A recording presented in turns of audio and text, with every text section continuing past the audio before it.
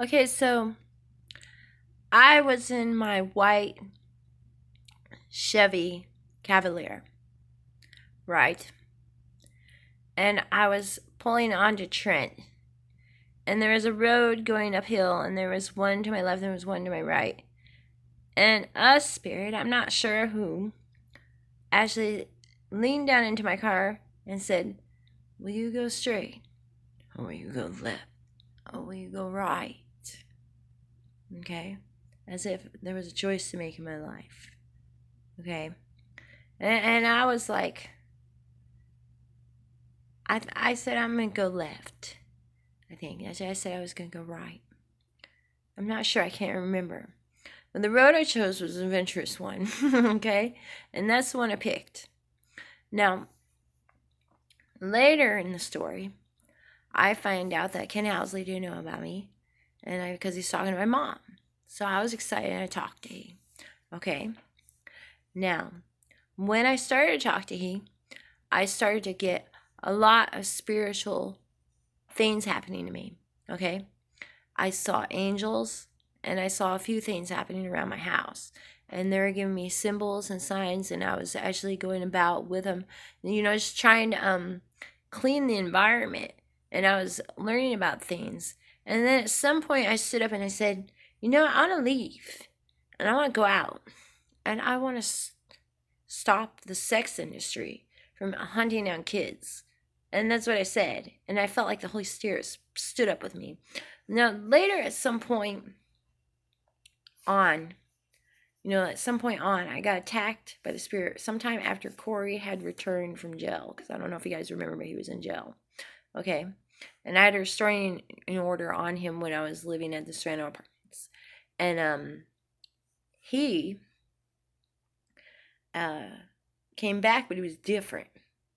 He was different. Okay. And I felt like he had attained some kind of understanding of magic. Okay. And for days I was like in this weird mindset. Like I was totally different. Like something changed in me drastically in a second. And I called it frozen in time because I was like frozen. I couldn't make choices for myself. It was like he just did it. It was in my head. So at some point, me and Guinevere left. And it was actually Guinevere that caused me to leave. Okay. And she just said, "Hey, Mom, why don't we grab a bag or two of clothes? Why don't we get the cat? Why don't we get the dog?" And every time she said something, she'd take me out to the car and we put it in the car. And she's like, "Why don't you grab the keys?" And she's like, "Why don't you turn the car around and let's look at the road?"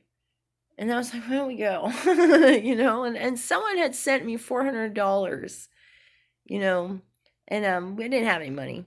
But I went to the bank, I got that $400 and came by my mom's house and said, "I'm leaving." You know?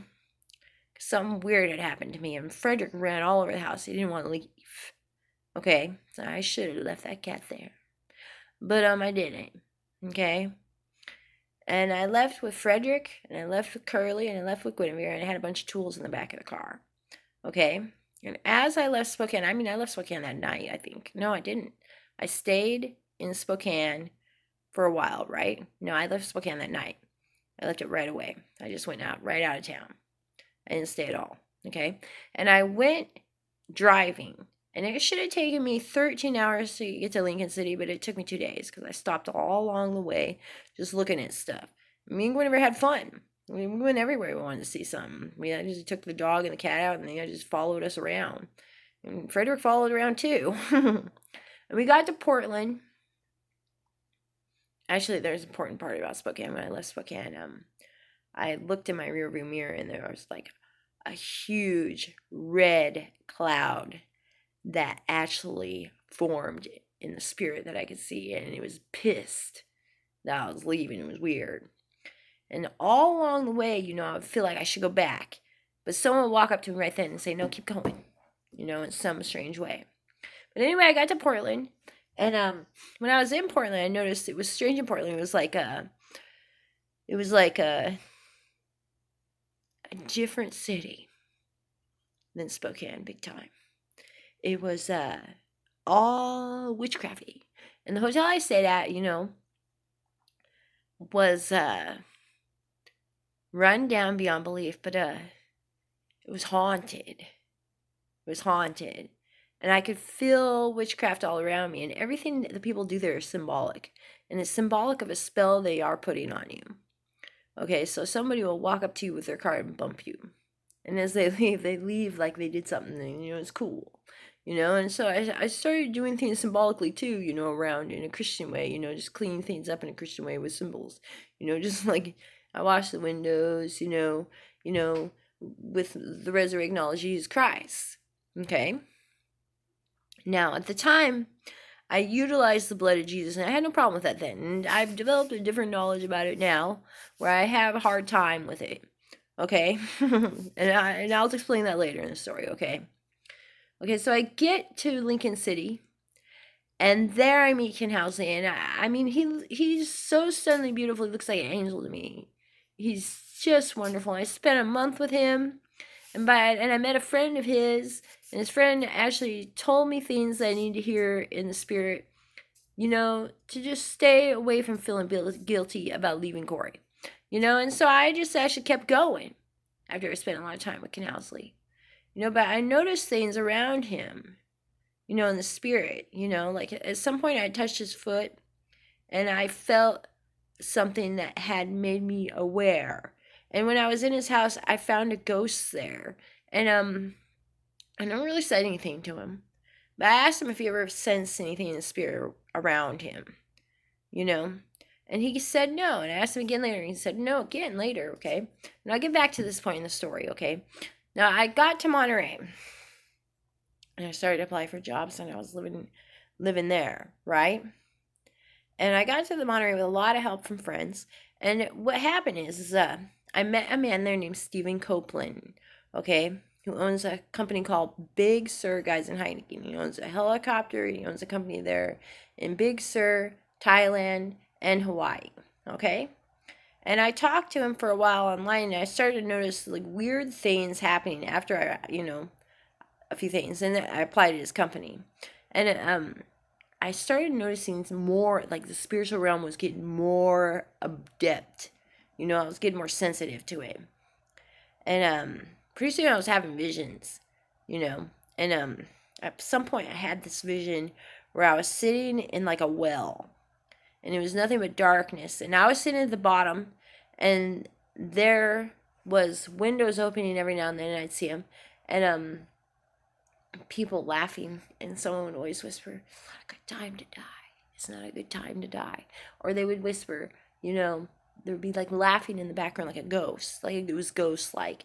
And Leslie, the other owner of the company, would open the window, and always be she, and always be he, and always be he. And it ended up, at some point, I was standing in my kitchen at 52 Via Del Rey in Monterey, and it's a house with a bridge, and that Nat stayed there too, and so did Guinevere, and so did Curly, okay, and I was standing in my kitchen cutting, and suddenly Stephen Coleman was there, okay, and he was sitting on the ground like this, like this, so I'm going to turn the camera, if I can. I don't know if I can turn the camera right here. But he was just sitting on the ground, like he was sitting there like a dead man. Like he couldn't even move, right? Just like that, like he was helpless. And I walked up to him, and I was like, I just decided to be the bold one. I walked up to him, and I was like, "Can I help you up?" But when I walked up to him, I walked out of my body with the knowledge that I could. I never asked to travel before in my life, But I suddenly just knew how quite well. And he didn't know why he was there. He was quite disturbed, and he wondered why he was there. And so, I was trying to help him out, and I thought maybe he had died, And from then on, it was crazy stuff. It was crazy stuff. I mean, I was haunted. At some point, I was haunted, but at this point, we were on an adventure. We went through there's an AstroTurf. There's an AstroTurf. And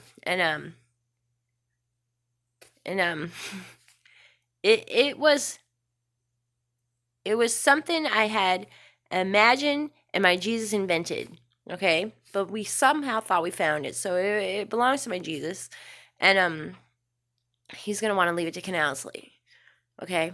Now, the thing is, he's leaving my kids different things and leaving the family different things for this ministry in the spirit, because it's an astral travel ministry. But you got to understand, people do hear you in their heads when they use the antenna, and you probably know this because you've probably done it. But the thing is people are pretending not to, because they don't want the world to go crazy. But the good Lord just fixed it today. Okay? He just fixed it today. Okay, so they do it because they thought it was a bad idea, but it was actually a trick of somebody. It was a trick of Leslie. So anyway, so I went on this adventure with them, but there were things I learned in there about this group, in this astral travel realm. We learned to fly there, so flying belongs to family, okay? And it actually goes to Jasmine. Okay. And so, yeah, and the Lord's picking, not me. And the things He gives you hold on to, because He wants you to hold on to them for the ministry, so that you can hold on to them, because anyone can invent in the spirit, and anyone can ask Him for things.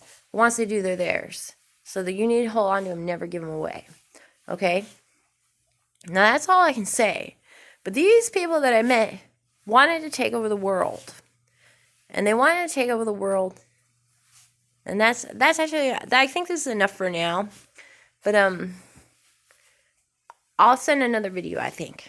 Talk to you later.